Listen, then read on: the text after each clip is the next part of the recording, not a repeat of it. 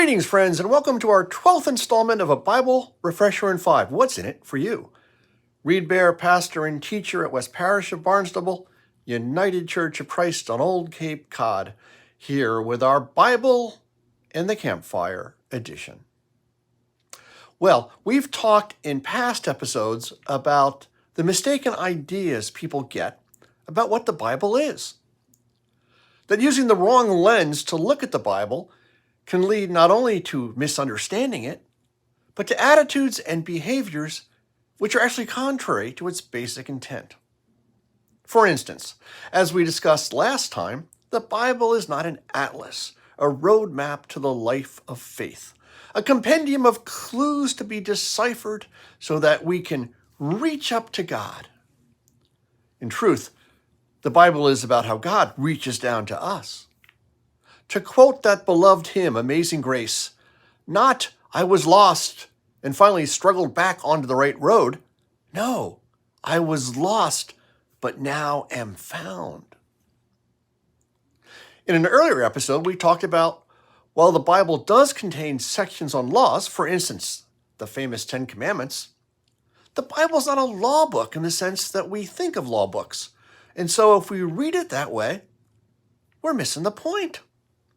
We also talked about how the Bible is not a scientific textbook full of facts to be memorized or theorems to be proved.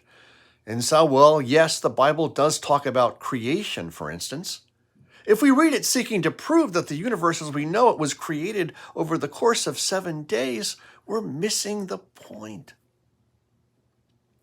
Anne Robinson, in her book, New Vision for an Old Story, Why the Bible Might Not Be the Book You Think It Is, sees the Bible as a long, wonderful, multifaceted story and comes up with a delightful way of visualizing this. Hear how she concludes her book.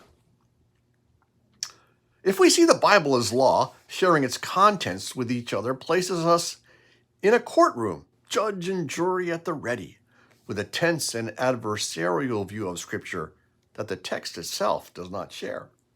Someone somewhere is in the dock when we take our biblical legal team out to interrogate them. Likewise, if we see the Bible as a collection of answers and facts, we're seated in a classroom, anxious about exams, and struggling, sometimes even cheating, in order to know the answers and be found acceptable. Those lenses leave us nervous and prone to struggle in a competitive environment. But, she continues, but if we see the Bible as story, we can see ourselves gathered around a campfire or getting together for a meal. We relax and easily allow our imaginations to inhabit those characters from long ago, to experience the events as they did. Even if the circumstances are devastating, telling and sharing these stories is a way to acknowledge that we're in this together. We're here for each other. With story, we can recognize that those communities and characters from long ago are somehow our people too. We may be huddled in a shelter, finding comfort by telling each other how we got there. We may be at a 12-step meeting when each of us begins the road to healing by standing to say, I have a problem and here is my story. It's in sharing our stories that we come to see each other in light of the human joys and struggles that bind us both now and then. She continues, law is meant to separate the good from the bad. Facts are meant to separate the knowledgeable from the ignorant. But stories are meant to bring us toward each other in a sharing of common ground to solve a common problem, to reach a common goal.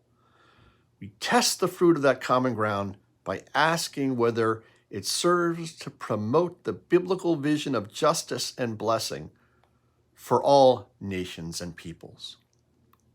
Our job in the here and now is simply to share the stories of God's people, their struggles and triumphs, their sins and their virtues, and through that sharing, to build a community that can support each other on the road.